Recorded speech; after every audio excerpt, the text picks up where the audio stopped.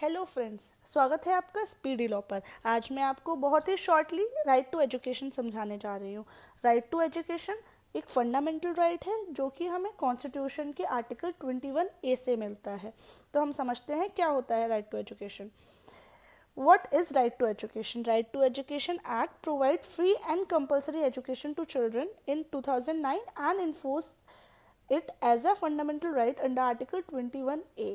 Actually ये article 21A that means ये amendment की मदद से जोड़ा गया है। तो अमेंडमेंट 86 ऑफ 2002 की मदद से हमने राइट टू एजुकेशन को अपना फंडामेंटल राइट बनाया। जैसे कि एक बात समझते हैं हम, जब हमारा कॉन्स्टिट्यूशन बना तब हमारी स्टेट या हमारी सरकार फिनेंशियली इतना स्टेबल नहीं थी या सक्षम नहीं थी कि वो हर बच्चे को फ्री और कंपलसरी एजुकेशन दे सकती।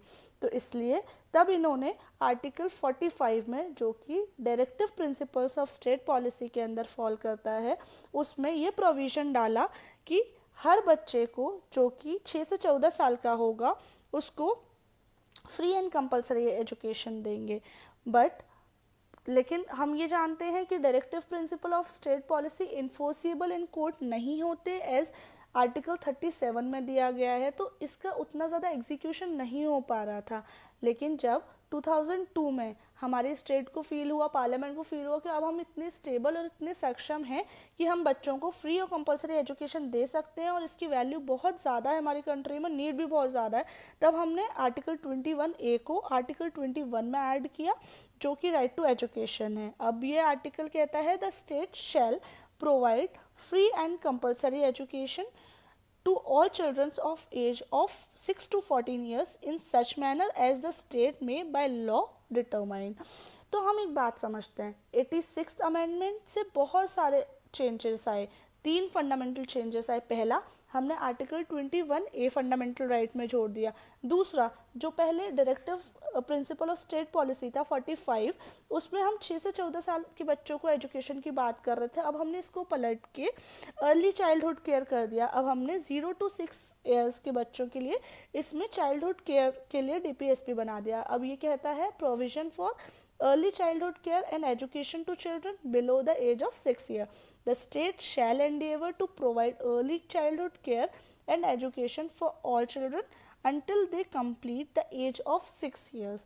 हमने ये भी बना दिया। फिर इसके बाद हमारे में एक और चेंज आया जो कि है फंडामेंटल ड्यूटी। हमने हर गार्जियन की एक ड्यूटी बना दी, आर्टिकल 51A के क्लॉज के जोड़ दिया 2002 में 86th अमेंडमेंट से ही, जो कहता है who is the parent or guardian to provide opportunity for education to his child or as the case may be ward between the age of 6 and 14 years। हमने यहाँ पे पेरेंट और गार्जियन की ये ड्यूटी डाल दी कि हर पेरेंट और guardian को अपने बच्चे को एजुकेशन देनी पड़ेगी या दिलवानी पड़ेगी, उसको अपॉर्चुनिटी से आप अलग नहीं रख सकते।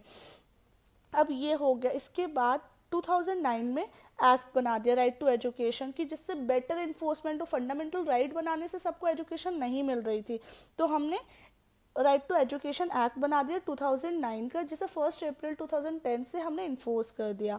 उसके बाद अभी लेटेस्ट में अगर देखें तो 2020 की न्यू एजुकेशन पॉलिसी भी आई है, जिसमें बहुत ही ज़्यादा अच्छा अमेंडमेंट किए गए हैं जो कि for the betterment of children बहुत काम आने वाली है। अभी हम कुछ मेजर केस लॉज जानते हैं जो कि बहुत इंपॉर्टेंट रोल प्ले करते हैं राइट टू एजुकेशन में। सबसे पहला केस आप भी जानते होंगे, मोहिनी जैन वर्सेस कर्नाटका। ये एक ऐसा केस है जो राइट टू एजुकेशन इसने फंडामेंटल राइट डिक्लेयर करवाया था।